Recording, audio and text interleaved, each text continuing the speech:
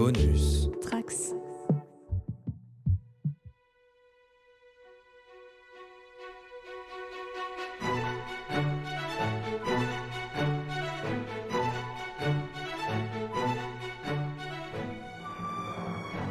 Bonjour, nouvel épisode sur la JDR Academy et aujourd'hui nous sommes de retour à Trouville. Et pour explorer ce jeu de rôle pour enfants, j'ai avec moi autour de la table 4 académiciens. Base de Jouy, qu'est-ce que tu nous joues ce soir ? Effectivement, et je joue Théodore, profond nébuleux.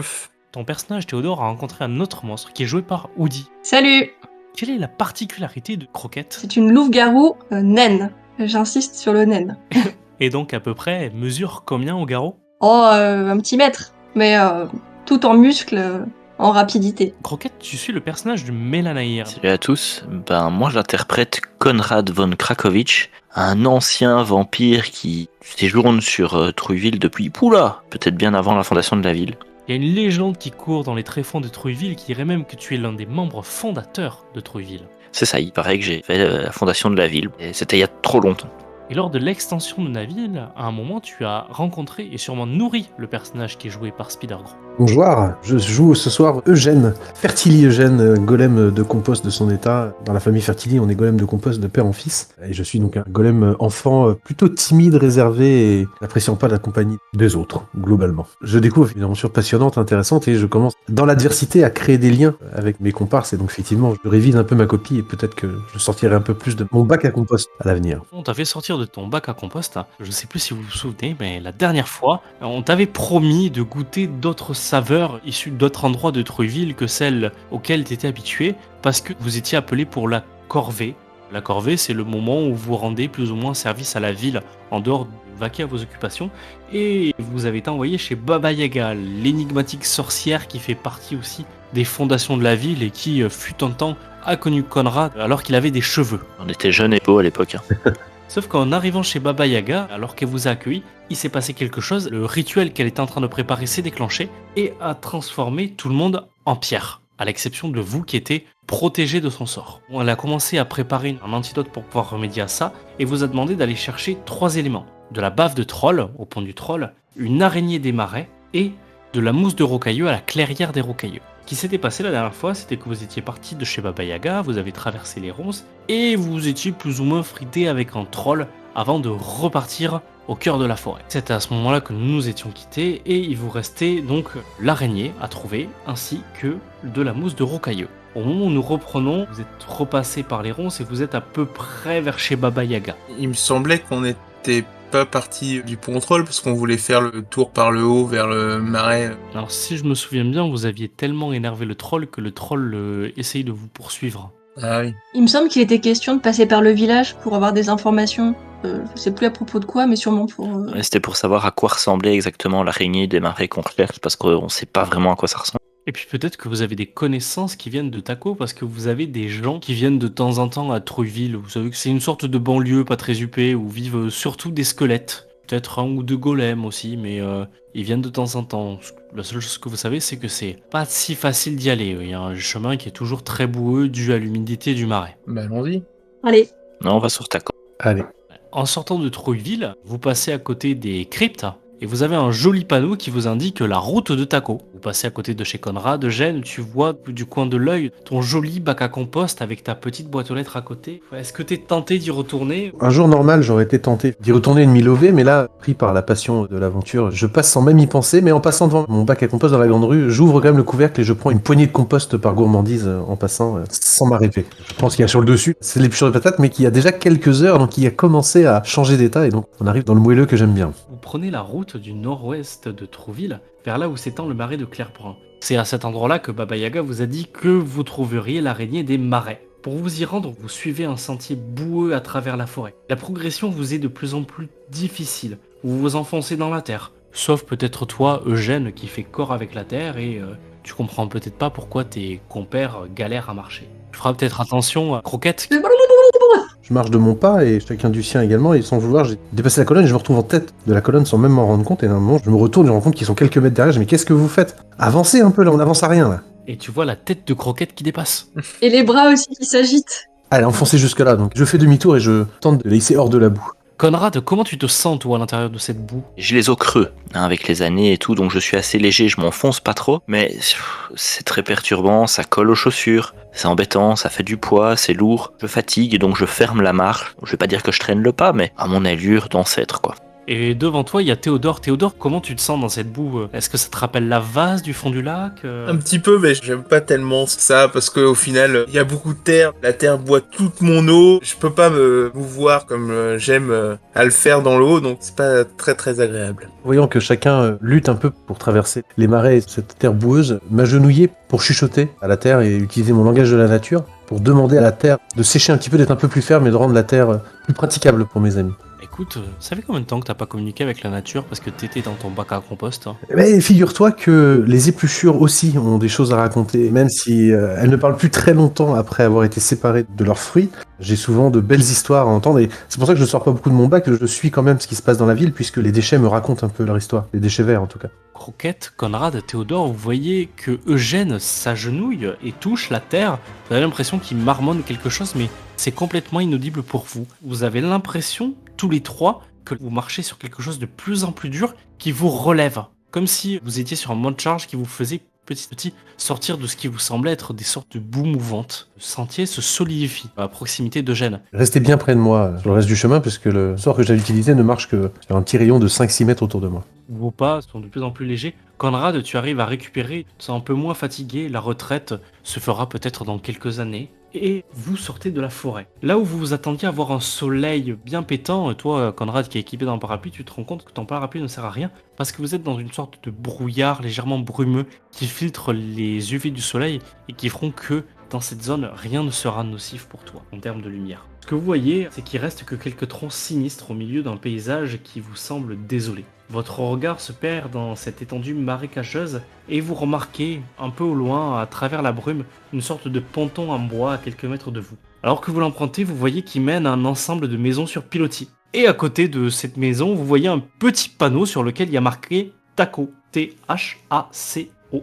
On vous en a déjà parlé au cimetière, vous avez peut-être rencontré quelques habitués, et peut-être que dans ce village, vous trouverez de l'aide pour votre quête. Alors si vous regardez le miro, vous avez le village avec des numéros. Quand vous voulez vous rendre à ces numéros, vous avez juste à me dire où vous voulez vous rendre. Et sur chaque numéro, j'ai des actions. Vu que c'est un jeu qui est prévu pour les enfants, ils ont essayé de simplifier les choses. Je me tourne vers Conrad, qui est sûrement le plus expérimenté d'entre nous, savoir s'il est déjà allé à Taco et s'il a déjà une petite idée de vers où est-ce qu'on devrait frapper en premier. Il y a quelques années que je ne suis plus venu, c'était à l'époque, Taco était constitué de 3, peut-être 4 maisons, ça a bien grandi depuis, mais une chose est certaine, c'est que au centre de la ville, il y avait un étal comme un petit marché, tout le monde passe par là. Et je sais aussi qu'il y avait une petite auberge, un truc vachement sympa. Je me suis tapé quelques petites soirées avec les copains là. On s'est fait des petits Bloody Mary, c'était tranquille. Mais est-ce qu'elle existe encore? Pouf, ça j'en sais rien. Il y a quelque chose qui te frappe pas, ou tu t'en rappelles, c'est que tout est calme. Il y a un calme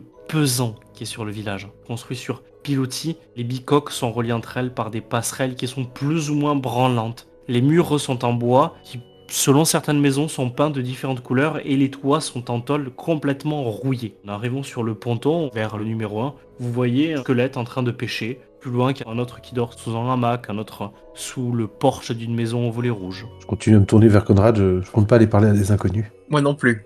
Je me dirige vers le squelette pêcheur qui est occupé. J'arrive à côté, je fais « Alors, ça mord ?»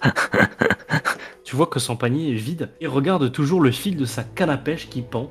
Ouais, bah, ça mord pas, ça dépend des jours. Vous voulez quelque chose? Ça fait bien longtemps que je suis plus trop venu et ça a l'air d'avoir pas mal changé. Est-ce qu'il y a encore cette petite auberge là assez sympathique Ah, l'auberge? Ouais, en ce moment c'est un peu compliqué, on l'a pas trop ouverte, mais y en a, ils font des lancers de dés dedans. Sympa. Et elle se trouve où alors du coup maintenant Ouais, la grosse bicoque, la rouge, bah c'est là. Ok, d'accord. Merci mon brave. Hein. Attention, hein, c'est tenu par le capitaine. Ah oui, le capitaine. Ouais, ok, ouais. Bah, c'est bon vieux Forbon. Je suppose que Conrad le connaît, ou tout du moins de nom. Il avait fondé Trouville avec vous, mais ça manquait un peu d'eau à son goût et il n'avait pas réussi à stationner son vieux bateau pirate.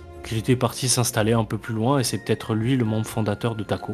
Ok, c'est un squelette aussi. Tout à fait. Merci bien, mon brave, et bonne journée alors. Si vous avez besoin d'autre chose, n'hésitez pas à revenir. Ok, super. Je suppose qu'on vous trouvera au même endroit. Hein. Ouais, j'attends que ça mord. Je me retourne vers le reste de ma petite équipe et je fais bon bah, direction l'auberge. Il y a le capitaine qui est encore là. Je pensais pas qu'il allait faire de vieux os, mais apparemment ouais, il est toujours bien présent. On peut toujours se diriger là-bas, chercher des informations, voir ce qui se passe. C'est un des anciens. Il a fondé Trouilleville avec moi et d'autres. Donc à mon avis, il aura des bonnes infos pour nous. Roquette, Théodore, vous vous sentez comment sur ce petit village? Je suis assez enthousiaste, j'ai entendu qu'il y avait des jeux de dés, et j'aime bien ça, même si je joue souvent tout seul, j'aime beaucoup jeter les dés. Alors, moi aussi, je suis enthousiaste parce que s'il y a des squelettes, ça veut dire qu'il y a des os et ça m'intéresse. Alors que vous prenez tous le petit ponton pour pouvoir rejoindre l'auberge du capitaine, vous voyez le fameux squelette qui dort dans son hamac, mais surtout sur sa tête, il y a un crapaud qui fume la pipe et qui vous regarde passer en crachant un peu de fumée. En passant à côté, je fais un petit signe de la main, un bonjour poli, mais je continue vers l'auberge. Ça paraît pas spécial. Il te regarde avec tes gros yeux globuleux, t'as l'impression qu'il voulait parler, mais il retient son croissement. Nous, on suit et on imite Conrad, donc s'il lève la main, on lève la main aussi, mais C'est ça. Mais moi j'aime pas trop les crapauds. C'est vrai, vous apprenez la sociabilité. péniblement. L'entrée de la taverne, c'est comme ces vieux portails dans les saloons, où vous avez juste à pousser, vous entendez une sorte de bruit de piano, comme dans tout saloon western, et vous avez un squelette au chapeau de paille qui joue, mais comme je vous disais, vous aviez l'impression tout à l'heure, en arrivant, que c'était silencieux. Et là, les notes sont toutes faibles, comme s'il fallait tendre l'oreille pour pouvoir entendre le piano jouer. Et derrière le comptoir, vous avez une sorte de squelette avec une énorme barbe qui descend jusqu'au niveau du bas-ventre, une belle ceinture avec un vieux sabre, 3 pistolets qui sont cachés au niveau de sa barbe, et un super chapeau de capitaine pirate avec des plumes de partout. Bah dis donc Conrad, mais qu'est-ce que tu fais là? Ah ben, Captain, Je m'attendais pas à voir ta carcasse, hein. ça va? Bah ouais, moi ça va, écoute, je te sers en rhum. Bah dis donc, qui c'est que tu ramènes avec toi? C'est des petits nouveaux? Ouais, c'est des petits jeunes, hein. Je leur fais un peu découvrir les alentours, là. Ils font leur corvée. Bah, on devait nous rendre vers le marais. Et on s'est dit, bah, pourquoi pas passer par Taco, hein. Après tout, faire une petite halte sympa. Et puis, du coup, on voit les copains, ça fait plaisir. Bah bien sûr, mais de toute façon, tu peux pas rejoindre le marais sans passer par Taco. C'est complètement suicidaire de ne pas passer par ici. Bah, écoute, Le petit, il se retourne vers toi, Eugène, il te tend le crochet. Je bafouille un bonjour, Captain, et je lui tends une main molle et tremblante. Enchanté, mais à qui ai-je l'honneur? Moi, c'est Eugène, monsieur. T'es quel type de monstre, Eugène? Je dirais golem, mais j'ai un doute. Au vu de l'odeur...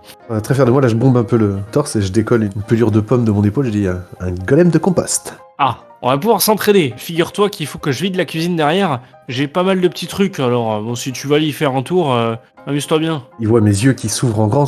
C'est vrai, je peux? Ouais, bah c'est derrière le comptoir. Je suis déjà parti. Il se pèse vers toi, Croquette. Tu vois qu'il a une jambe de bois à la place d'un de ses os. Oh, Oula, ça fait longtemps que je n'ai pas vu de loup-garou ici.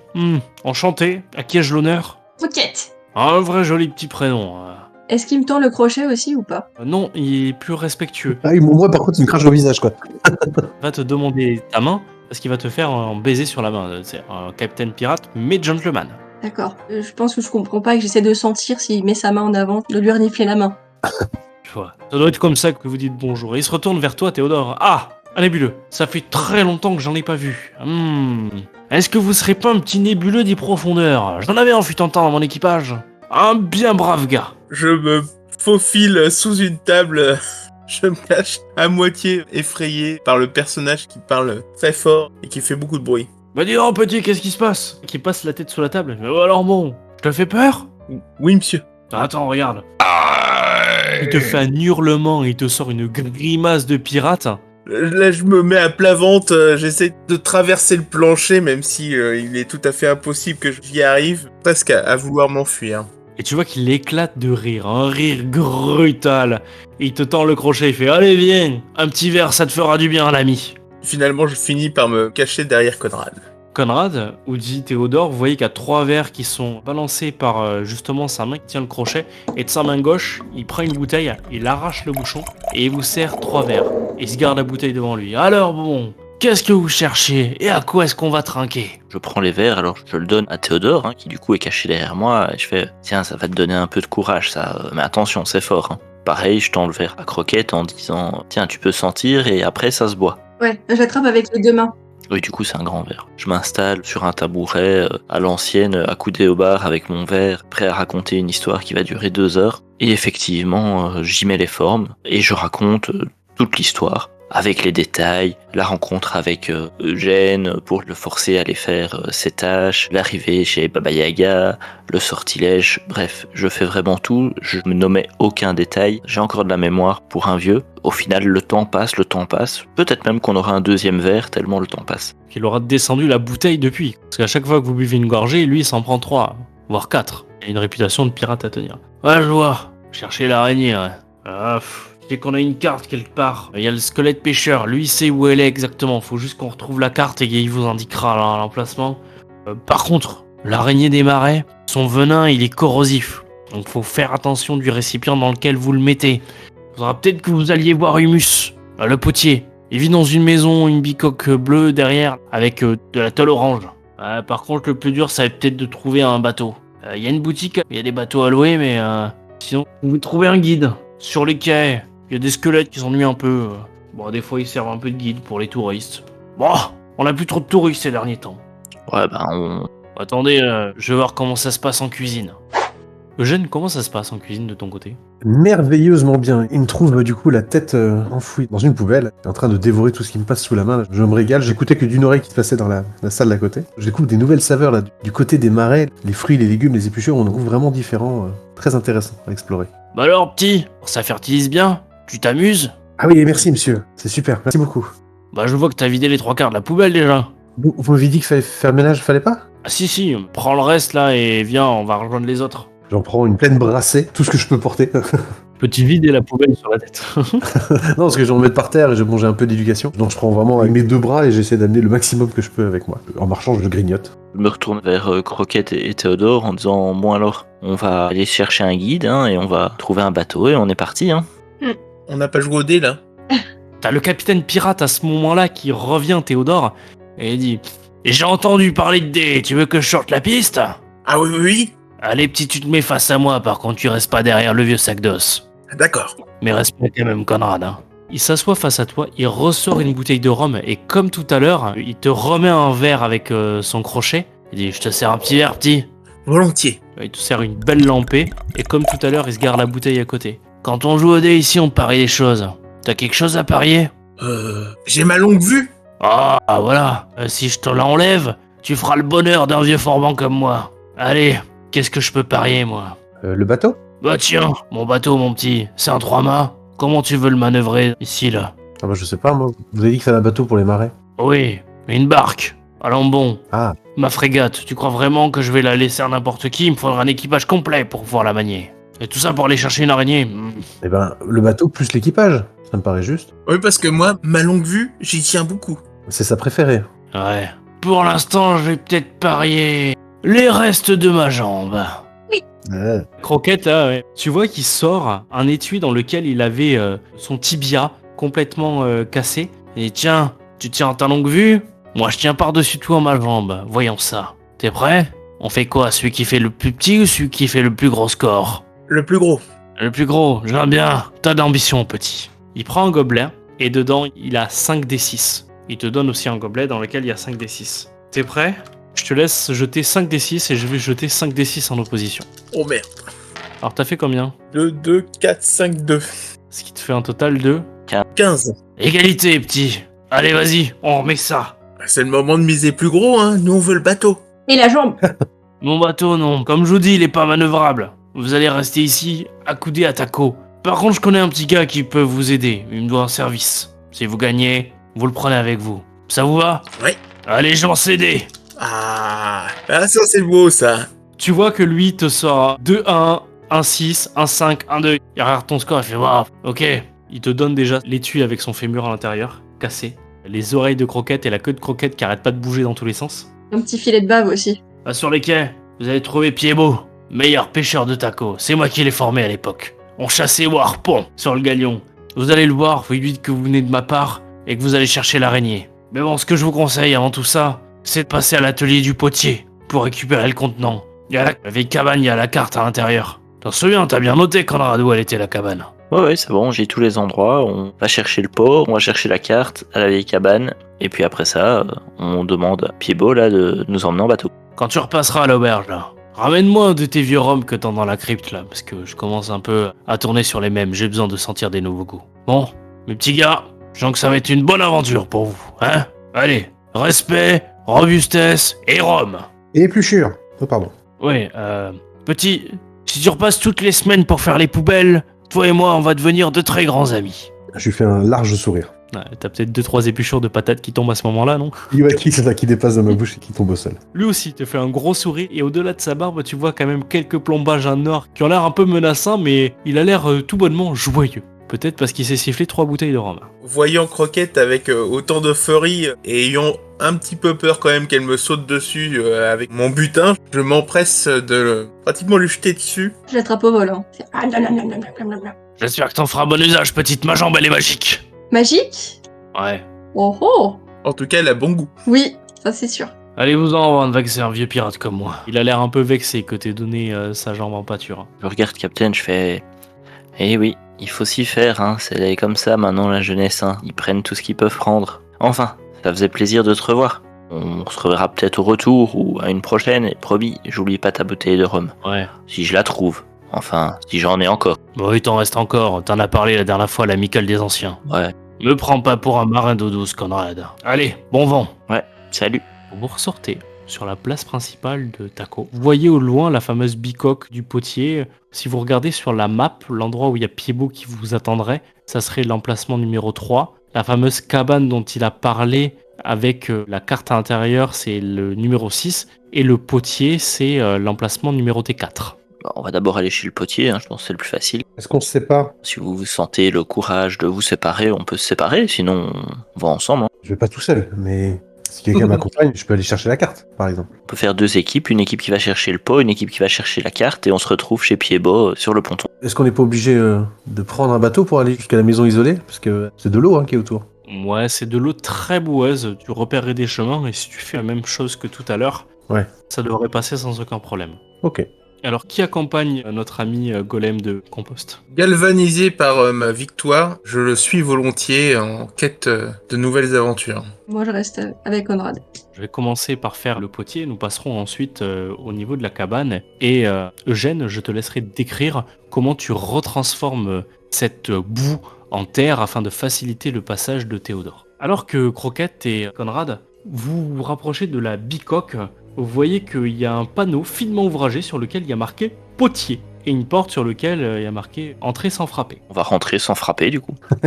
Alors que vous rentrez, vous trouvez un atelier de céramique aux formes et aux couleurs extraordinaires. C'est magnifiquement coloré. Vous avez jamais vu ça dans Trollville. Les céramiques recouvrent le sol, remplissent les étagères. Il y en a même qui sont attachées au plafond. Et au milieu de ces vases et de ces assiettes se trouvent quelques statues représentant des monstres et notamment, tu vois Conrad qu'il y en a une qui représente Frilla, l'ancienne des loups-garous. Celle avec qui t'as un peu de friction ces derniers temps. Et vous arrivez plus ou moins à vous frayer un petit passage entre les poteries qui vous permettent de rejoindre le fond de la pièce où vous voyez l'artiste en action. Vous voyez comment est Eugène ? Eh bien là c'est à peu près pareil, sauf qu'il est 2 fois plus grand. C'est un gigantesque golem qui utilise sa propre argile. Il fait sortir de l'argile de son corps qui fait tourner dans un touret et ça lui sert à créer ses pièces. Pour l'instant il vous entend pas, il a l'air complètement concentré sur son tour à côté. Je regarde Croquette et je fais... Bon, il est concentré, faut qu'on fasse une bonne entrée, fracassante, sans tout casser. Vas-y, fais ton plus beau hurlement, il sera qu'on est là. Le touret s'arrête, il a l'air complètement déstabilisé, tombe sur toi Conrad, il baisse les yeux sur Croquette, tu fais bonjour, que puis-je pour vous? Vous êtes... Mais ça va pas de faire des hurlements comme ça en plein milieu d'une boutique. Oh, vous avez failli briser mon cœur de terre. Bah, il avait dit entrer sans frapper, il fallait bien qu'on prévienne qu'on est là, hein. Il y a des manières, hurler comme ça. Je suis pas sourd, je suis pas Baba Yaga. Oh bon, on sait jamais, hein, vous aviez l'air concentré et tout ça. Alors je fais un petit clin d'œil à Croquette. Ah oui, mais mon petit monsieur, la céramique, c'est de l'art. Qu'est-ce qui... Oui, bah ça me rappelle quand j'ai fait un voyage dans le sud il y a quelques années. Je me souviens que j'en avais vu aussi avec une terre un peu ocre et tout. Voilà. Bref, je repars dans mes divagations et mes histoires vieilles de plusieurs centaines d'années. Écoutez, monsieur, j'ai pas le temps de tergiverser, j'ai une œuvre d'art à terminer pour le capitaine. Qu'est-ce que je peux faire pour vous? Qu'est-ce que vous faites? C'est quoi comme œuvre d'art? Un coffret finement ouvragé. En céramique, bien entendu, parce qu'il n'y a rien de plus résistant ici qui est trouvable sur Taco. Ah oui, original. Oui, ouais, le capitaine essaye d'être original, il veut se démarquer des choses. Il m'a demandé un peu de couleur et tout. Vous imaginez pour un pirate, sortir vraiment de la tendance noire et blanche qu'on a sur le Jolly Rogers. C'est incroyable. Franchement, avec l'âge, il y a beaucoup de choses qui changent. Ouais, j'ai remarqué ça, qu'il se ramollissait. Mais justement, c'est lui qui nous envoie, parce que on doit trouver un pot pour pouvoir contenir une araignée des marais. Donc il nous faut quelque chose de robuste, Ah. qu'on peut fermer, relativement hermétique. Alors, figurez-vous que vous êtes tombé au bon endroit parce que je suis la seule personne qui crée une argile qui résiste à la salive corrosive de l'araignée des marais. Attendez, je me souviens, ça fait à peu près cette taille. Nanana. Je vais vous trouver ça. Vous voyez qu'il bouge et malgré sa carrure, il arrive à se mouvoir de manière élégante et à passer entre toutes ces céramiques qu'il a lui-même créées parce que son corps se forme et se déforme au gré de ses pas. D'un certain côté, il va vous paraître imposant et tout d'un coup, il sera tout fin.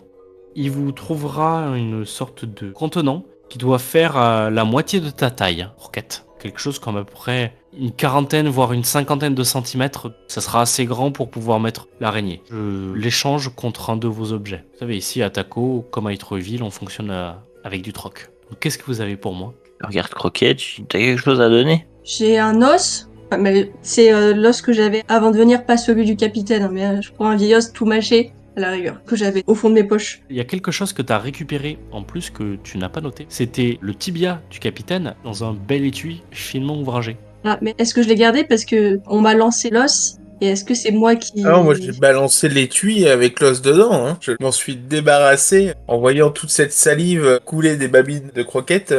L'œil de Humus s'attarde sur l'étui. Bel étui finement ouvragé et de quoi s'inspirer pour pouvoir faire des créations. Il y a quelques petites traces de crocs dessus, mais rien de bien méchant, hein. Mon récipient contre le vôtre. Moi, du moment que je donne pas mon os, ça me va. Allez, deal. Il te tend la main pour que tu fasses un coup de papate dedans. Allez, coup de papate, ça y est. Il te donne un gros contenant qui fait la moitié de ta taille. Il regarde Conrad, il fait ça sera tout. Oh bah, je pense que oui. Je regarde si le pot se ferme bien, s'il est bien hermétique et tout. Non, ça me semble pas mal. On va vous laisser à votre travail, hein. On va continuer notre chemin. J'ai une nouvelle chose à faire grâce à vous.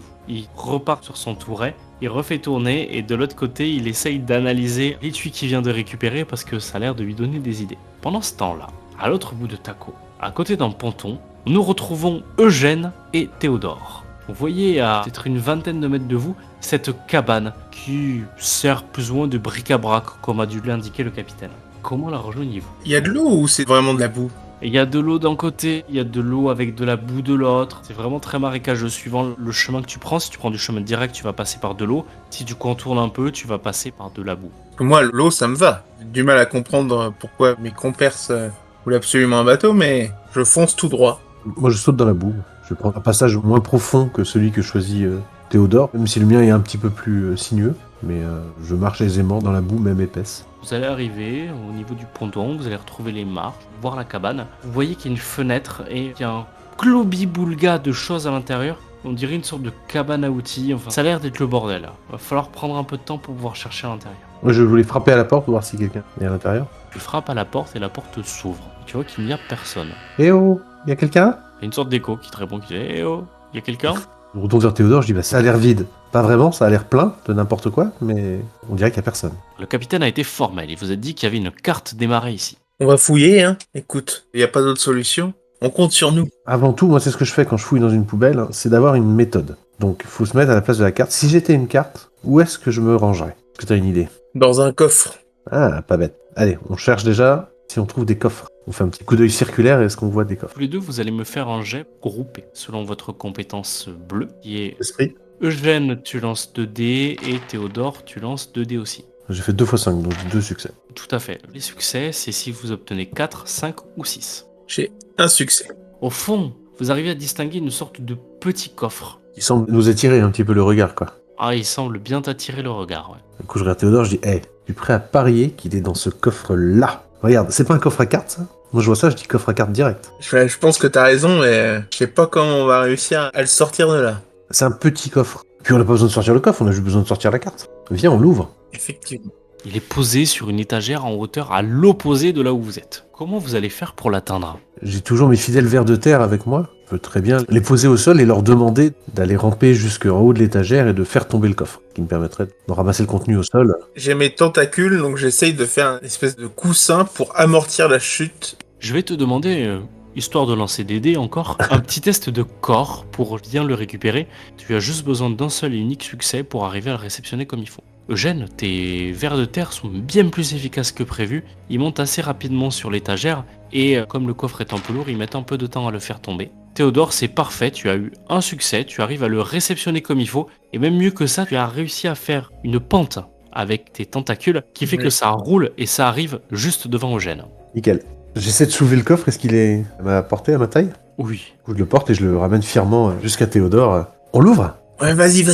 J'essaie d'actionner la serrure, est-ce qu'elle me résiste? Un peu. D'accord. Donc, j'insiste un peu plus fort, je force de tous mes petits muscles de compost dessus. Elle cède, le couvercle se soulève. Et comme dans tous les dessins animés, à partir du moment où tu ouvres un coffre, il y a de la lumière qui sort du coffre et qui illumine ton visage. Et petit coup d'œil caméra de par tes yeux, on arrive à voir qu'il s'agit d'une carte. Oh, elle est là. Yes, je m'en empare et je la porte haut au-dessus de ma tête fièrement. Je dis, oh là, mission accomplie. Vous la dépliez tous les deux, vous voyez que c'est la carte des marais. Et il y a des endroits où il y a marqué attention, araignée des marais ici, attention, monstre du loch. Apparemment, il y a l'air d'avoir beaucoup de crânes. Et vous avez aussi l'emplacement du galion du capitaine. S'il n'a pas réussi à le ramener jusqu'à Taco. Ramenons-la à Conrad, je suis certain qu'il saura quoi en faire. Il sera fier de nous. Ah ouais. Avant de repartir, juste, je jette un coup d'œil circulaire sur la pièce, voir s'il n'y a pas un objet intéressant qui nous passerait à portée de main, qui pourrait nous servir. Notamment, moi j'avais une liane avant, je l'ai plus aujourd'hui, donc je me dis qu'il y a peut-être d'autres objets utilitaires qui pourraient me sauter aux yeux. Là. Fais-moi un petit jet d'esprit, et donc jette juste 2 dés. 2 réussites, un 4 et un 5. Tu arrives à voir une corde. Tu vas récupérer l'équivalent de ta liane. Je m'en empare et je l'enroule en bandoulière autour de moi en disant, ah voilà qui va remplacer ma fidèle liane. Vous avez rendez-vous sur le quai d'en face, à 5 mètres de vous. Il y a un petit squelette qui fait les 100 pas. Et pendant ce temps-là, Conrad et Croquette, c'est le moment où vous avez quitté la poterie. Et vous vaguez plus ou moins sur les pontons. Est-ce que vous allez directement à l'emplacement qui vous était communiqué par le capitaine? Moi, j'aimerais faire un petit détour par un autre chemin pour essayer de voir s'il n'y aurait pas une pharmacie, un truc du style, parce que j'aimerais me rassasier, parce que depuis l'histoire avec le troll, je suis pas très très frais, et donc j'aimerais me reprendre une petite pinte de sang, question de regagner un peu de force. Tu vas passer à côté de l'église du culte de la déesse Bouillasse. Et devant, il y a une sorte de sorcière vaudou qui te regarde qui fait « Besoin d'un petit remontant, monsieur ?» Ah bah oui, tiens, vous tombez justement bien. Vous avez quoi comme sorte de sang à proposer, un peu nutritif? Du sang de sanglier, du sang d'espadon, du sang d'humain O, à B+, à B-, à plus, à moins. Enfin voilà, toute la tripaille habituelle. Ah bah je vais vous prendre du sang humain, alors du O, positif, négatif, qu'importe. Qu'est-ce que vous avez à me donner contre ce sang, monsieur? Bah vous savez, je suis assez influent, Trouilleville, je pourrais potentiellement vous trouver une échoppe sur la place du marché. Et j'essaie de parler, j'essaie de l'embobiner surtout en utilisant mon pouvoir d'hypnose potentiellement pour obtenir plus ou moins gratuitement ce sang, à moins que je le prélève directement sur la sorcière en elle-même. Vas-y, fais-moi un test d'esprit, s'il te plaît. Pendant ce temps-là, Théodore et Eugène, comment rejoignez-vous Piedbot? Comme on est venu, non? Ouais. Moi j'ai pas la carte donc je peux aller patauger dans l'eau. Moi je la garde au-dessus de ma tête, bien au sec. T'as le petit squelette qui vous regarde et qui fait « Bah alors, vous êtes perdu? Salut, je m'appelle Piedbot et je suis le meilleur pêcheur de tacos. Qu'est-ce que je peux faire pour vous aider? Peut-être déjà vous aider à remonter sur le ponton? » Je lui lance un bout de ma corde, je dis commence par accrocher ça à un pilier, puis on va se hisser, merci. Bah de rien. Sinon, vous pouvez tout simplement monter dans ma barque qui est juste à côté. Regardez, il y a une échelle pour monter sur le ponton. Ah oui, on n'a pas vu. Merci. Mais c'est normal, vous avez une épluchure sur l'œil. Ah merci, hop, je la branche. Vous avez parlé d'une barque. Est-ce que vous seriez disposé à nous emmener faire un tour en barque? Oui, je peux vous embarquer, oui. Une idée de l'endroit où vous voulez aller? Eh ben, je déplie la carte, je monte le marais, je dis on aimerait bien faire un petit tour du côté des marais. Oh, je vois. Une visite touristique ou tout simplement une envie d'aller chercher quelque chose? Je lui chuchote, on est en mission. Ah, vous êtes en mission. J'essaye tant bien que mal de lui faire des clins d'œil, mais j'y arrive pas. Je ferme plus les yeux que... Tu fais que les deux yeux en même temps, tu sais. C'est ça. Je cligne des yeux plus que je fais un clin d'œil, mais on a l'air tout à fait complices dans la malice. Ah, je vois. Oh bah oui, on peut y aller. Mais vous êtes prêts? On embarque? Il n'y a pas que nous deux, on a notre copine Croquette aussi qui est avec nous, et puis on a notre chef, c'est Conrad. Tu connais Conrad, il est connu. Non, je connais pas, non. Eh ben il rigole pas tous les jours. Hein. Et il est comme le capitaine? Il est vieux? Ah bah il est au moins aussi vieux, ils ont l'air de se connaître depuis hyper longtemps. Ok, oh, bah, ça doit être pour ça. En parlant de Conrad, tu as réussi un succès, il fallait au moins faire 2. pour pouvoir l'hypnotiser complètement et l'avoir sous ton contrôle sur tout le chapitre. Voilà, qu'est-ce que vous essayez de me faire, petit malotru? Vous essayez de m'embobiner là? Vous m'avez pris pour qui? Ah non, loin de moi cette idée, pas du tout, c'était pour voir, aider un ancien comme Un moi. objet contre une poche, sinon pas de poche. Est-ce que je peux essayer d'intervenir et de l'intimider? Il va falloir que tu me fasses un jet de frayeur pour ça. Ah zut. Bon, j'ai fait 1. Bon. Tu fais quoi? Tu lui montes les dents? Tu grognes un peu? Ouais, j'essaie de grogner en montrant mes dents. Non, elle va te répondre quelque chose qui va sûrement te blesser fortement. Allez, oust, du balai le caniche. Et vous, l'ancien, là, que je ne vous revois plus ici à traîner, parce que je vais vous maudire sur des tas de générations. Entourloupeur. Oui, enfin, vous allez pas me maudire ces tas de générations, je vis déjà un tas de générations. Mais bon, vous avez gagné, tenez, je peux vous proposer cette superbe clé. Elle ouvre un coffre, je sais pas lequel, mais elle l'ouvre. Si vous trouvez un jour ce coffre, en passant à Trouilleville, son contenu est à vous. Maintenant, il va falloir trouver lequel il ouvre, même moi je ne le sais plus. Je reconnais les symboles. C'est le coffre qu'il y a dans la cabane.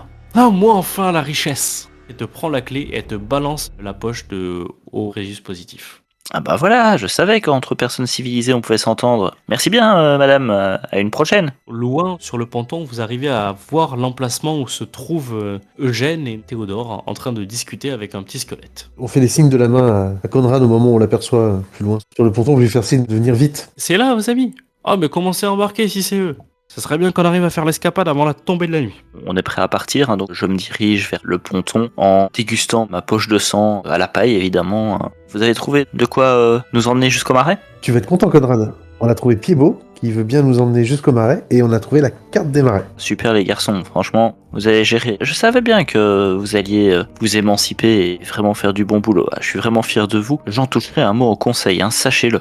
Et on a travaillé en équipe. Et donc là, je fais un high five à Théodore, et qui, entre mon compost et sa peau visqueuse, fait une sorte de splooch dégueulasse. Et je continue à cligner des yeux. Il clignote depuis tout à l'heure.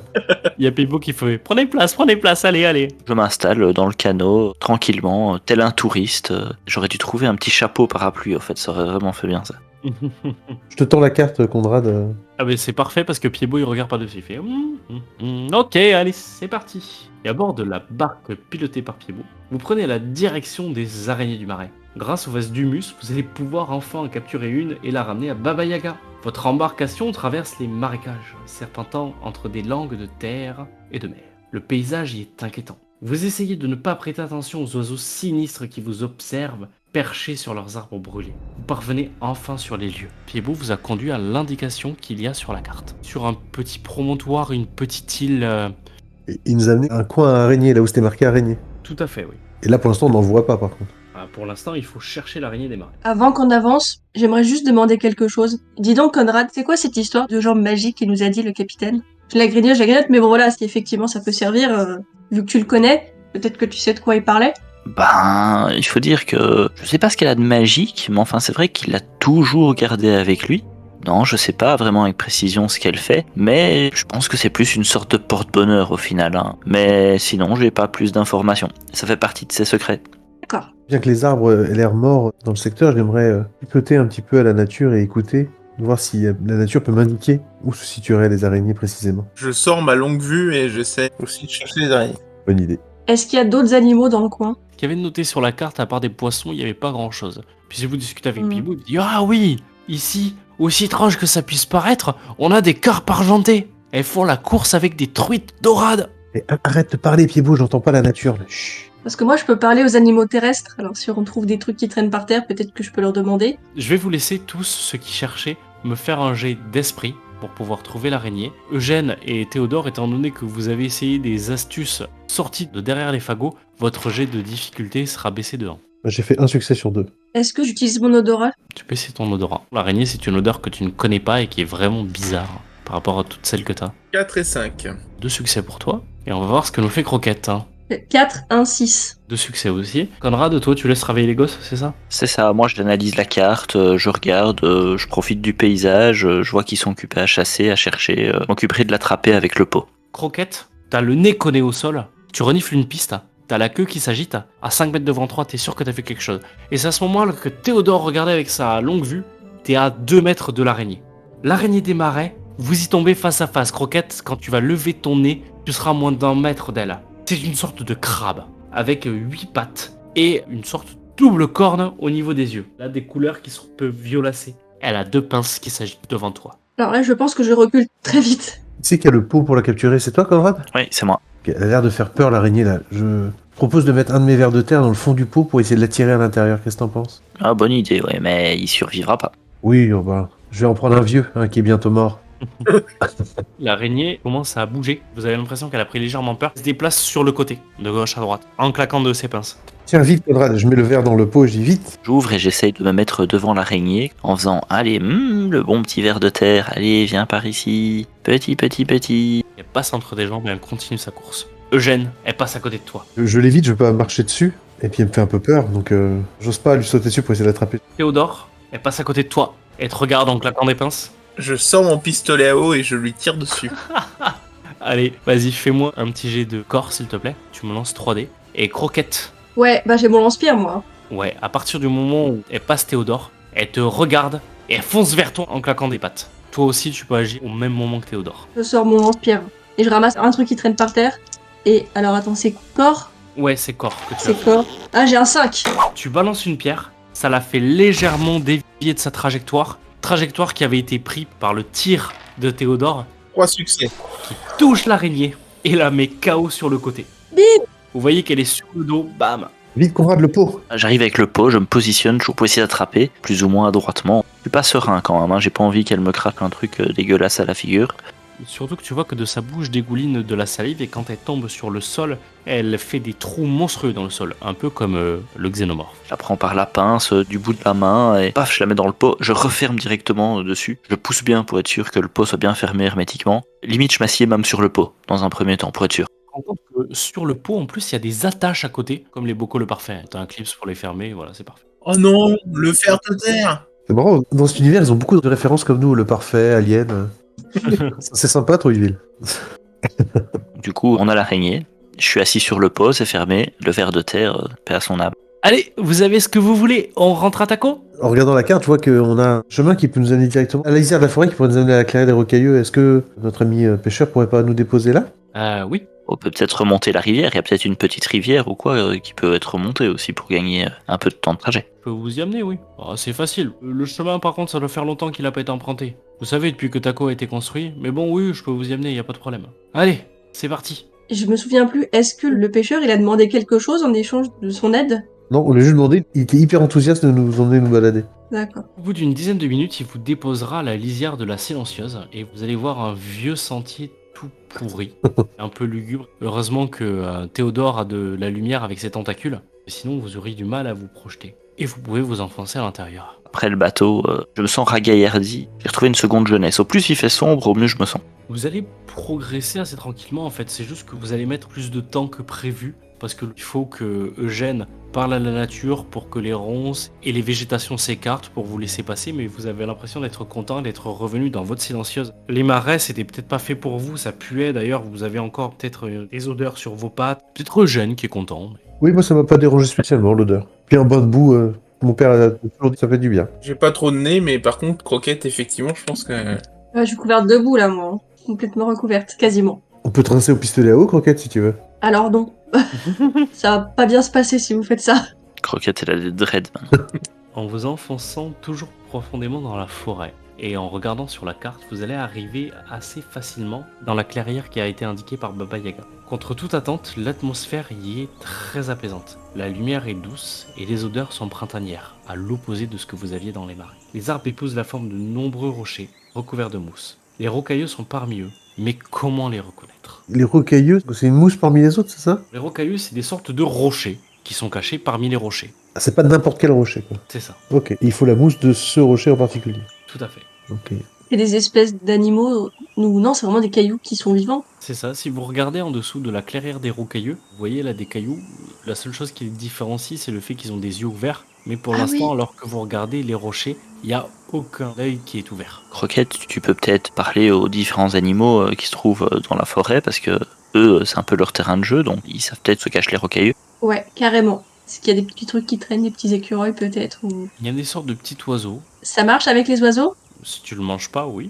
Il n'y a pas de limitation de ce que je vois dans ta... Je vais me retenir alors. Très bien, bah alors je me mets à faire... ah ouais, ouais, ouais, ouais, ouais, ouais, ouais. J'essaye de lui parler. Et qu'est-ce que t'as demandé à l'oiseau que nous traduisons à nos chers auditeurs? Eh bien, je lui ai demandé, est-ce que tu as entendu parler d'un coin où il y aurait des rocailleux? Et il t'a répondu, mais oui, c'est ici, il y en a plein. Je chante pour leur faire plaisir. T'as l'impression que y a une sorte de mélodie qui sort de son son. Vous percevez un léger son qui répond à l'oiseau. Ah, Mais c'est impossible de voir précisément d'où ça vient. Est-ce que t'en parles, Croquette, à tes compères de ce que l'oiseau vient de te révéler?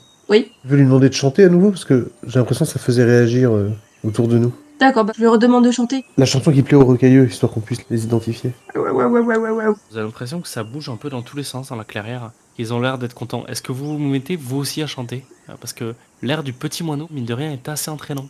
Pourquoi pas? J'essaye de siffloter, mais j'ai un problème de canine, donc ça ressemble à rien. Ouais, moi je chante pas trop l'oiseau, c'est compliqué. Chanter n'importe quoi. Mais Il était une fois un petit composteur. si l'oiseau est capable de nous dire qui sont les rocailleux, moi je peux le récompenser en le nourrissant de vers de terre. Donc. Oh ouais. Il regarde Croquette et il fait ils sont partout à la fois. Et je transmets, qu'ils sont partout. Ça nous aide pas beaucoup. Ouais, il aura pas de ver de terre. Non, mais peut-être qu'il faut faire comme l'oiseau et danser et chanter, et ça va leur faire plaisir et qu'ils vont se montrer. Est-ce que tu entames une sorte de petit chant? Ah ben, totalement. Plus une petite danse, en faisant des petits... Waouh, waouh, waouh, waouh. Tu balances une sorte de groove, t'as des bouches qui s'ouvrent sur plusieurs gros cailloux, et en chœur, ils commencent à répondre et à chanter le même son que toi. Ça te sort un beau son grutal bien grave. Guttural. Son grutal, c'est le son des grutiers par exemple. Donc je sais pas s'ils chantent beaucoup, ils doivent se faire chier là-haut, mais. Ils sortent des sons grutals. Brutaux. Moi, je continue, là, je fais lancer. Si en plus ça me répond, y a pas de problème. Hein. Tu bouges, Ah oui, et ils commencent à bouger aussi, comme s'ils entamaient une danse. T'as l'impression qu'ils sont contents, ils ont trouvé quelqu'un avec qui faire des choses. ah, je saute sur un pied, je saute sur l'autre, et je continue à chanter. Peut-être à m'approcher d'eux et à continuer à danser aussi. Eugène, tout à l'heure, t'arrivais pas à communiquer, à les joindre, et là, il se passe un truc. Tu peux communiquer avec les rocailleux, comme si le fait que la chanson et la musique avaient libéré quelque chose chez eux. On les a réveillés un petit peu. Voilà. Ok. Je m'approche de celui qui est le plus proche de moi, je m'accroupis à sa hauteur et je lui demande, en langage de la nature, très doucement, s'il nous autorise à prélever un petit peu de mousse sur son crâne. Est-ce que d'autres personnes font quelque chose de similaire aussi? Pas spécialement. La nature, c'est pas trop mon truc. Par contre, je veux bien récupérer la mousse dès qu'on a l'autorisation. Comme ça, je conserve les différents Les ingrédients. ingrédients, ok. Eugène, je te laisse me faire un petit jeu de frayeur, s'il te plaît, qui correspond au charisme dont tu fais preuve. Croquette, est-ce que tu peux en faire un aussi, s'il te plaît? Parce que tu fais du Mhm. chant, tout ça, ça aide. J'ai un succès. Ouais, 0 succès. Tu as l'impression, Eugène, que le rocailleux te répond pas comme si tu n'avais pas encore réussi à établir la connexion. Et Il bouge, il chante, je place ma main contre le rocailleux et j'essaie d'imiter le son que fait Croquette pour essayer d'amplifier. mais Croquette a l'air de chanter une chanson du genre We Will Rock You. Je marque la cadence sur le rocailleux. Théodore, Conrad, est-ce que vous vous mettez au chant vous aussi? Parce que c'est hyper entraînant. Dans la clairière, vous avez tout qui résonne. Vous avez l'impression d'être limite emporté dans une spirale où vous sentez un bien-être vous envahir. Je chante très mal, j'entends pas très bien, mais mes tentacules se mettent à osciller au rythme de la musique. Je ne chante pas particulièrement, mais je tapote du pied, je me laisse entraîner par l'ambiance et je me meume. Je vous demande à tous de me faire un petit jeu de frayeur, s'il vous plaît. 5. 5, parfait. Un succès. 2 succès chez moi. Ok. On monte aux 3 succès au total. Un succès aussi. Un pour moi, si. On monte à 5 succès en tout. Tu as le rocailleux qui plonge son regard dans le tien, Eugène, et il fait exactement la même tête que je viens de vous envoyer sur le gif de The Rock. Et il te répond dans une sorte de langage que toi seul peux comprendre. Oui, vas-y frère. Et puis il se remet à chanter et là tu l'entends distinctement faire oui, oui, oui, le rocailleux, bah, et pour les rocailleux. Je pose ma main sur sa surface et je le remercie. Je fais signe à Conrad de s'approcher et je commence à prélever délicatement un peu de mousse sur le dessus du crâne du rocailleux. Petit à petit, l'ambiance va retomber. Vous avez l'impression que vous sortez d'une sorte de transe où vous avez jamais vécu ça, mais vous avez l'impression d'avoir été mis dans une sorte de résonance avec eux et vous vous sentez hyper bien. Maintenant que vous avez les 3 ingrédients, il est temps de faire le trajet de retour et de passer par la fameuse tour brisée. Il fait nuit, on dort jamais. Pas encore, il fait pas encore nuit. Il doit être aux alentours de 16h, la bonne heure du goûter. Vous avez été très rapide. Alors que vous rebroussez chemin, vous avez l'impression de vous éloigner des grosses profondeurs de la forêt et de revenir sur des choses qui sont un peu plus opaques. Et au moment où vous arrivez dans une sorte de clairière, vous apercevez une ruine qui est un peu à l'écart du chemin. C'est la première fois, Eugène, Croquette et Théodore, que vous voyez quelque chose comme ça. Conrad, ça te dit peut-être vaguement quelque chose de l'époque. C'était une vieille tour dans laquelle on allait jouer quand on était jeune. On venait toujours se cacher par ici, faire des conneries, enfin bon, on déconnait. Le bon vieux temps, quoi. Elle a toujours été cassée comme ça? Ah non, à l'époque elle était en état, hein. Elle venait d'être construite. Ça servait à quoi? J'en sais rien, elle venait d'être construite, elle était pas encore réclamée, c'était encore un peu en chantier. On en profitait parce que les parents, ils venaient pas de nous embêter. C'était sympa. Oui, mais à l'époque, c'était à combien de milliers d'années? Oula, j'ai perdu le compte, à peu près dans ces eaux-là. C'est peut-être normal qu'elle soit en ruine. C'est pas parce qu'on a des millions d'années qu'on est en ruine, hein, jeune fille, je vous permettrai pas. Désolée. Je m'approche tranquillement. Après toutes ces aventures, je me sens invulnérable, alors je m'approche. La tour, elle est vraiment très très abîmée. Le toit s'est écroulé depuis longtemps. Conrad devait encore avoir des cheveux grisonnants à l'époque. Au sol, vous avez tout un tas de pierres taillées recouvertes de mousse, et au milieu de ces ruines, tu aperçois un bout d'escalier en colimaçon qui mène au reste d'un plancher. Je continue de marcher, je gravite les marches comme un explorateur. Je vais te demander un test de physique pour bouger les décombres. Les autres, est-ce que vous souhaitez l'aider ou est-ce que vous le laissez partir tout seul? Non, moi je laisse faire. On a les ingrédients, pour moi on rentrait directement chez la sorcière, je vois pas trop l'intérêt de s'arrêter. Donc j'attends, il veut explorer, bah j'attends au pied de la tour. Moi, je suis pas trop rassurée. Enfin, j'ai l'impression que ça pourrait s'effondrer. Je sais pas trop quoi faire pour l'aider. J'ai un peu envie de rester en retrait, mais quand même, j'ai un peu envie de l'aider. Je suis pas sûre de pouvoir faire grand-chose si jamais ça s'effondre. Et toi, Conrad, t'es pas pris un petit brin de nostalgie? Bah si, moi je l'ai suivi en marchant avec mes mains croisées dans le dos, en train de regarder, d'examiner. Je tapote une pierre, je cherche un endroit où on avait tagué un truc à l'époque, genre Ruiville for the win, un truc du style. Tu vois que Théodore est habile, il arrive à bouger les décombres comme s'il suivait quelque chose qui était lié à sa destinée. Je vais vous demander tous les deux de me faire un jet d'esprit. Donc Théodore, tu vas me lancer 2 dés et Conrad, tu vas me lancer 3 dés. Ça va simuler un peu ce que vous touillez et ce que vous arrivez à trouver au passage. Ouf. Tu t'es un peu épuisé, Théodore, par le soulever des décombres et Conrad trouve une sorte de parchemin. Il te le montre et il fait... Ah t'as vu ça petit? Ça vaut la peine. Hein. Je me souviens, on l'avait planqué là. Je sais plus dire quand. Conrad, tu arrives à faire monter Théodore à l'étage. Tu découvres la pièce circulaire dans laquelle tu jouais quand tu étais plus jeune. Le plancher a été brûlé. Dans le mur qui a été à moitié effondré, tu vois qu'il y a des oiseaux qui ont fait leur nuit dans des interstices. Et sur le sol, tu vois un étrange cercle dessiné à la peinture blanche. Je me dis que d'autres personnes sont venues jouer ici après nous. Je ne fais pas plus attention que ça. À moins Théodore, je lui montre éventuellement, mais ceux qui ne sont pas aventurés dans la tour, je les appelle. J'ai l'impression que ça ressemble un petit peu au même cercle qu'il y avait dans la cabane De Baba Yaga? de Baba Yaga, ouais. Est-ce que tu t'approches pour le voir? Ouais. Ça m'intrigue. Est-ce que tu rentres dedans? Oui. Conrad, tu vois que Théodore s'approche du cercle, analyse le cercle, se dit tiens, ça me dit quelque chose. Il rentre dedans et il disparaît. En voyant ça, je réunis un peu mes esprits. Est-ce que ce serait pas un espèce de téléporteur, en fait, ce qui nous ramènerait jusqu'à chez Baba Yaga? Je me dirige vers le bord de la tour, j'appelle Eugène et Roquette en faisant « Hé, venez, il y a Théodore qui vient de passer dans un cercle et de disparaître. Je pense qu'on a trouvé un des fameux téléporteurs qu'utilisait Baba Yaga. Je pense que ça vaut la peine de venir, ça nous ferait gagner du temps. » On est plus très loin de chez elle, et puis comment tu peux être sûr que Théodore est arrivé là-bas? Le départeur est peut-être ailleurs. C'est vrai, mais j'ai pas trop envie de laisser Théodore tout seul, donc moi en tout cas je vais traverser le cercle pour essayer d'aller le rechercher, parce que comme il a disparu ça m'inquiète un petit peu et je me sens un peu responsable de vous, donc si vous voulez venir c'est le moment. Il a raison, moi j'y vais aussi. Fallait pas fourrer votre nez n'importe où. Puis... Si vous y allez tous, je suis à reculons, en bougonnant. Oh, monologue. Est-ce que vous pouvez me faire un jet d'esprit, Croquette et Eugène, s'il vous plaît? 4. Ça marche, non? J'ai 2 succès. J'ai fait un 4. C'est un succès, ouais. En montant les escaliers, tu loupes une marche, tu te fais légèrement mal à la patoune, ça va te faire boiter un tout petit peu, alors que Eugène marche derrière toi tranquillement. Bon, Conrad est déjà parti? Non, je vous attendais, quand vous êtes là je propose qu'on traverse le cercle tous ensemble, ben dans la patte. tous ensemble. On compte jusqu'à 3, c'est ça? Il était déjà là, le cercle, quand t'étais petit? Je me souviens pas de ce cercle, mais bon, il est apparu par la suite. Et t'as pas peur? Moi, si tu dis qu'on y va, on y va, mais... Vous savez, l'avantage c'est que moi je risque pas trop de mourir, donc j'en ai déjà vu beaucoup, donc y a plus rien qui me fait peur. Au contraire, c'est plutôt moi qui fais peur, donc autant y aller, hein. Ça m'émoustille un petit peu, hein. J'avais pas grand chose à faire ces 100 dernières années. Ok. Puis je vous protégerai au cas où. On y va ensemble, Roquette? 2, 3. Vous réapparaissez dans une pièce qui est plein de bazar. Face à vous, vous avez Théodore. Je sais où je suis ou pas? Bah bien, tu avais vu juste, effectivement, c'était exactement le téléporteur qui amenait chez Baba Yaga. Je suis tout excité. Oh, regardez, regardez! J'ai trouvé un passage secret! On est chez Patakayaka!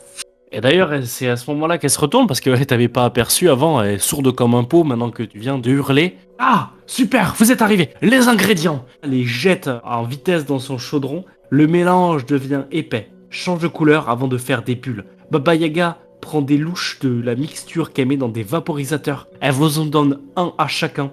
Et puis vous courez tous dans la grande rue de Trouville et à une vitesse incroyable, elle asperge, vous dans sa foulée, tous les habitants de Trouville changent en pierre. Vous avez du mal à suivre son rythme, mais en un peu moins d'une heure, vous avez libéré tous les monstres du cimetière qui, grâce à vous, sont en train de se déstatuifier. Félicitations, vous avez réparé l'erreur de Baba Yaga. Ouais. Et c'est ici que se termine notre aventure. Merci d'avoir parcouru les alentours de Trouville avec moi, cher petit monstre. Est-ce que vous souhaiteriez partager aux auditeurs ce que vos personnages ont vécu par la suite? Grâce à cette aventure, déjà, j'ai trouvé de super amis en la personne de Croquette et de Théodore. Conrad, que je regarderai d'un œil différent aussi maintenant, parmi les adultes. Je sors un peu plus souvent de mon bac à compost pour aller jouer justement avec mes nouveaux amis. Et puis, je vois un peu plus la lumière du soleil. Et d'ailleurs, ça se voit puisque sur mon corps, on voit que je suis un peu plus sec et j'ai un peu bruni. J'ai changé, je mute peut-être vers une forme d'adolescence. Cette aventure m'aura appris à sortir un peu de mon cocon et de mon univers et de me confronter un peu aux difficultés, me rendre compte que finalement, elles sont pas si difficiles à vaincre et que si on s'y met à plusieurs, on y arrive. C'est beau. Mais je continue à bouffer des ordures. J'ai même trouvé un job étudiant, c'est-à-dire que je vais tous les vendredis soirs à l'auberge pour débarrasser des ordures qu'il y a là-bas et ça rend service à tout le monde. Suite à cette aventure, j'ai une impression un peu de légitimité d'être un habitant de Trouville et des Profonds. J'étais très reclus sur moi, dans ma petite grotte sous-marine, parlais à très peu de monde. Et là maintenant, j'ai l'impression d'être à ma place auprès de tous. Je sors régulièrement de chez moi à la quête de nouvelles aventures. J'ai l'impression d'être un aventurier dans l'âme maintenant. J'essaye régulièrement d'aller voir mes comparses de quête pour trouver de nouvelles aventures avec eux. Je suis agréablement surprise parce que j'avais vraiment pas envie de faire les corvées. Et finalement, je me suis bien amusée. Je me suis fait des copains aussi. Et même si j'ai pas toujours été très efficace pour aider, je suis quand même contente d'avoir participé. Je suis quand même bien contente aussi d'être rentrée, de revoir mes anciens amis, mais régulièrement j'essaye d'aller voir les nouveaux amis que je me suis fait. Peut-être d'essayer de donner des os à Eugène, je sais pas s'il aime bien ça, mais c'est lui de l'initier un petit peu à ça. Et puis peut-être que j'ai un peu grandi. Conrad, lui, qui se voyait sur la fin, peut-être pas de sa non-vie, mais en tout cas, se voyait comme le petit vieux qui regardait toute cette jeunesse par la fenêtre et ainsi de suite. Il a retrouvé une seconde jeunesse, au contact des petits jeunes. Il a trouvé le fait de pouvoir leur apprendre des choses, de leur faire découvrir des choses très intéressantes, et donc a décidé de transformer une aile de la crypte en une école pour les petits jeunes. Il pourrait peut-être comparer ça au scout ou que sais-je. Enfin, il emmène dorénavant les petits jeunes monstres de la ville à l'extérieur, à la découverte de tout ça. Il leur apprend un tas de choses et ces vieilles histoires. Et certains diront que c'est un vieil emmerdeur décrépit et millénaire et qui s'effondre comme la vieille tour en ruine. D'autres, au contraire, trouveront ces histoires passionnantes. Mais grâce à ça, ça lui permettra d'encore prendre beaucoup de plaisir pendant de nombreuses centaines d'années en tout cas. Et c'est ainsi que s'achève notre découverte de Trouville avec les adultes. Merci chers auditeurs d'avoir écouté l'épisode. Si vous avez aimé, n'hésitez pas à commenter l'épisode et à le partager sur les réseaux sociaux. Et moi je vous dis à bientôt sur les ondes. Bye.